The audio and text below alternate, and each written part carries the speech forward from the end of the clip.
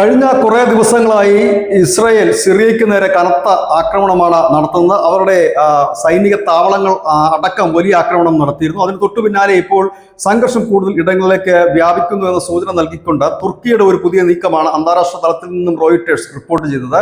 അവർ പറയുന്നത് തുർക്കി അവരുടെ നയതന്ത്ര പ്രതിനിധികളെ ഇസ്രായേലിൽ നിന്നും തിരിച്ചു വിളിച്ചിരിക്കുന്നു. ഇപ്പോൾ നടത്തുന്ന ആക്രമണങ്ങളെ അപലപിക്കുക മാത്രമല്ല, ഇത് ഉടൻ നിർത്തണമെന്ന് ആവശ്യപ്പെടുകയും ചെയ്തിരിക്കുന്നു. തുർക്കി വിദേശകാര്യമന്ത്രി ഹക്കാൻ ഫിദാൻ പറയുന്നത് സിറിയയിലുള്ള സർക്കാരിന് സുരക്ഷയാണ് അമേരിക്ക അടക്കം നൽകേണ്ടത്, അതല്ലാതെ അവിടെ അതിക്രമം അഴിച്ചുവിടുകയല്ല. ലബനനിൽ നടത്തിയ ആക്രമണം, ഇറാനിൽ നടത്തിയ ആക്രമണം ഇതൊന്നും അംഗീകരിക്കാൻ കഴിയില്ല എന്നാണ് ഇപ്പോൾ തുർക്കി പറഞ്ഞിരിക്കുന്നത്.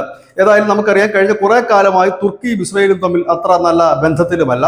ഇതിനെ ഇടയ്ക്ക് നിൽക്കുന്നത് US ആണ്. US നിൽക്കുന്നത് കൊണ്ട് മാത്രമാണ് ഇസ്രായേൽ ഒരുപക്ഷെ ഈ തുർക്കിയെ ആക്രമിക്കാത്തത്. ഇപ്പോൾ അവരുടെ വിദേശകാര്യമന്ത്രി ഹക്കാൻ ഫിദാൻ പറയുന്നതും അങ്ങനെയാണ്. തങ്ങൾ അമേരിക്കയുമായി നിരന്തരം ബന്ധപ്പെടുന്നുണ്ട്. അവിടെ ഒരു സമാധാനം, അതായത് സിറിയയിൽ ഒരു സമാധാനം നടപ്പാക്കുകയാണ് തങ്ങളുടെ ലക്ഷ്യം. അതിന് തടസ്സമായി നിൽക്കുന്നത് ഈ ഇസ്രായേലാണ് എന്ന് തുർക്കി പറയുന്നു. അതിനിടയിൽ അയത്തുള്ള ഖൊമേനിയുടെ ഒരു പുതിയ പ്രസ്താവന എത്തിയിട്ടുണ്ട്. അദ്ദേഹം പറയുന്നത് പശ്ചിമേഷ്യയിലെ ക്യാൻസറാണ് ഇസ്രായേൽ, അവരെ തകർക്കുന്നത് വരെ തങ്ങളുടെ പോരാട്ടം തുടരും എന്ന് തന്നെയാണ് ഇറാൻ പറഞ്ഞിരിക്കുന്നത്.